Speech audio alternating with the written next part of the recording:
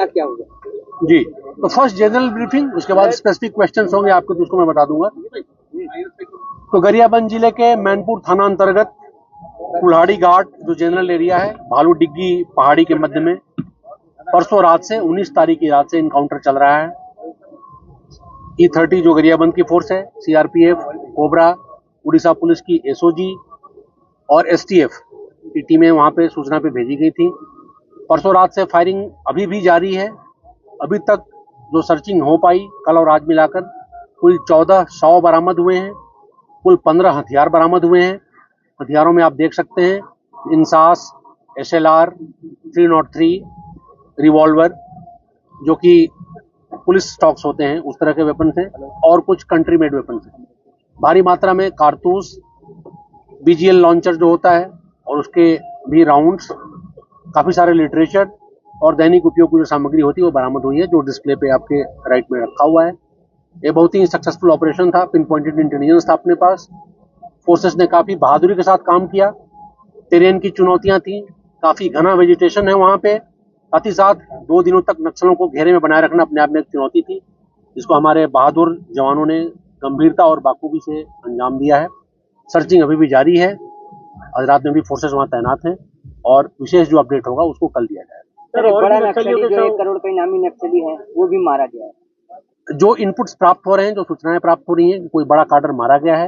हालांकि अभी इस स्टेज पे हम उसके आइडेंटिफिकेशन के बारे में पॉजिटिवली कुछ कंफर्म नहीं कर पा रहे हैं। बाकी कुछ नक्सलियों के शव की भी शिनाख्ती हुई है, जिससे इतना पता चला है कि ये उड़ीसा स्टेट कमेटी के अधिकांशतः लोग थे। इंदागांव एरिया कमेटी और SD के एरिया कमेटी के कार्डर्स हैं जो मरे नक्सलियों में शामिल हैं। बाकी आइडेंटिफिकेशन जैसे ही हो जाता है हम आपको अवगत कराएंगे। आंकड़ा और भी बढ़ेगा क्या? बढ़ने की पूरी उम्मीद है। अभी भी बताया कि फायरिंग अभी भी जारी है। हमारे आने से पहले, इसीलिए हमारे आने में विलंब हुआ। हमारे STF के साथ और कोबरा के साथ अभी भी फायरिंग चल रही है वहाँ। सर, हमारे जवान सुरक्षित हैं क्योंकि घायल होने की भी खबर मिली। 2 जवान घायल हुए थे, कल एक कोबरा का जवान घायल हुआ था और आज एक SOG का। दोनों सुरक्षित हैं, दोनों रायपुर में उनका उपचार चल रहा है। उचित स्तर पे सारे उपचार चल रहे हैं और मुझे लगता है कि वो बहुत जल्दी स्वस्थ होकर पुनः मैदान में हाजिर रहेंगे। सर, इस क्षेत्र में टोटल स्ट्रेंथ कितनी थी और ये कितना बड़ा क्षति नक्सलियों के लिए बहुत बड़ी क्षति है। सीनियर कार्डर और बाकी सारे मेंबर्स मारे गए हैं यहाँ पे। डॉक्यूमेंट्स जो हैं उनकी ऑर्गेनाइजेशनल जो एरिया में बढ़त करनी थी उसके बारे में चर्चाएं हैं। पंचायत चुनावों के लेकर चर्चाएं हैं। मुझे लगता है कि जो उनके मंसूबे थे उस पर काफी गहरा प्रहार हुआ है और अभियान जारी है। तो सर, ये जो है बहुत ही दुर्गम क्षेत्र बताया जा रहा है। सॉरी सर, कितने नक्सली होने की सूचना मिली थी और जो संख्या है वो लगातार बढ़? सूचना जो थी 25 से 30 के बीच थी और मुझे लगता है कि ये बोलना भी मुश्किल होगा कितने मारे गए हैं, बाकियों का क्या स्थिति है। कल सर्चिंग कंप्लीट होने के बाद ही हम बता पाएंगे। जैसा कि मैं बताया, एरिया काफी दुर्गम है। पूरे एरिया में माइंस और IEDs लगे हुए हैं, तो हम काफी संभल कर हम लोग सर्चिंग कर रहे हैं। इसीलिए सर्चिंग में देरी हुई है और इसलिए आज भी बॉडी आने में देरी।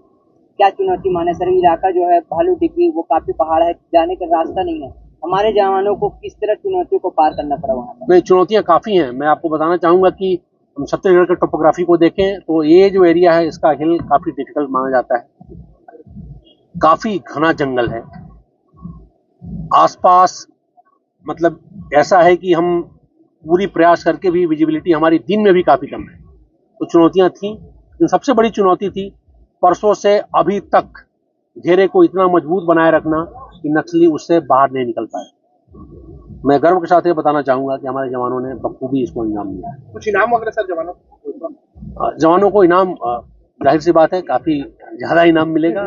जो भी राज्य स्तर के इनाम होते हैं, केंद्र स्तर के इनाम होते हैं, ऑपरेशन मेडल्स होते हैं, गैलेंट्री मेडल्स होते हैं, वो पुलिस मुख्यालय से उसको प्रस्तावों को मंजूर किया जाएगा। अभी DG साहब की तरफ से कल इनाम जारी कर दिया जाएगा जैसे ही फोर्सेस आ जाएं। अभी सारे फोर्सेस नहीं आए हैं, इसलिए इनाम का जिक्र हम नहीं करना चाहेंगे।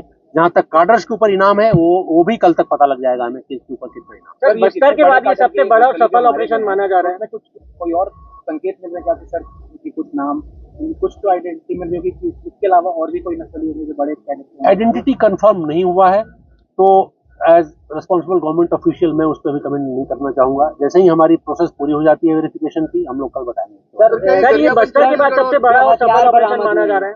काफी काफी बड़े हथियार बरामद हुए हैं, जिसमें कई हमने देखा कि ऑटोमेटिक वेपन है। क्या कुछ बड़ी रणनीति थी नक्सलियों का? नहीं, ये जो ग्रुप है ये सामान्यतः इस क्षेत्र में रहता था। जाहिर सी बात है, पिन पॉइंटेड इंटेलिजेंस नहीं मिल पाता था। इस ग्रुप के बारे में इनपुट बहुत बार मिले, बहुत बार ऑपरेशन हुए, पर सफल नहीं हो पाए हम लोग। इस बार अच्छा ऑपरेशन था, घेरे बन गए, चित्त में सफलता मिली। सर ये क्या छत्तीसगढ़ बॉर्डर क्रॉस कर रहे थे उस समय आप लोगों को पॉइंट मिला? नहीं, बॉर्डर से करीब 10 किलोमीटर अंदर है, तो बॉर्डर क्रॉस इनका करने का कोई इरादा नहीं दिख रहा था। ये घेरे में मौजूद थे, वहां पे इन्होंने डेरा जमाया हुआ था। डेरा कुछ दिनों से था, कितना दिन रहता उसके बारे में बोलना उचित नहीं होगा। कितना दिन उनकी उसके बारे में हमको जानकारी नहीं। सर ओडिशा बॉर्डर पे वगैरह क्या क्या आधुनिक चीजों का इस्तेमाल? सॉरी, ड्रोन और क्या आधुनिक क्या आप लोग क्या क्या आधुनिक जितने हमारे पास आधुनिक हथियार हैं, जितने टेक्निकल गैजेट्स हैं, सबका इस्तेमाल किया गया। जाहिर सी बात है, इतना बड़ा ऑपरेशन हो रहा था, तो आप सब जानते ही। सर ये छत्तीसगढ़ और उड़ीसा बॉर्डर पे ये गरियाबंद जिले की अगर हम बात करें तो यहाँ पर अब क्या माना जाए, नक्सलियों की मौजूदगी या बहुत कम हो चुकी है, अब ये यहाँ से बाहर पलायन कर रहे हैं? तो नक्सलियों की मौजूदगी अन्य क्षेत्रों के हिसाब से देखें तो कम है यहाँ पे, बस्तर के हिसाब से देखें तो, बट इतनी कम भी नहीं है, इतने भारी संख्या में मारे गए हैं। जैसा कि इंटेलिजेंस है और हमारा असेसमेंट भी है कि ये लोग इसी एरिया में अक्सर रहा करते हैं। इस बार लक, प्लानिंग, इंटेलिजेंस तीनों का जो संयोग हुआ, उस आधार पर सफलता मिली। तो क्या सर ये ब्रीडिंग ग्राउंड का, ये अपने आप को रिग्रुप और अपने आप को डेवलप करने के इलाके कोई भी नक्सल आउटफिट और ऑर्गेनाइजेशन जो है वो लगातार अपने पैर पसारने की कोशिश, अपने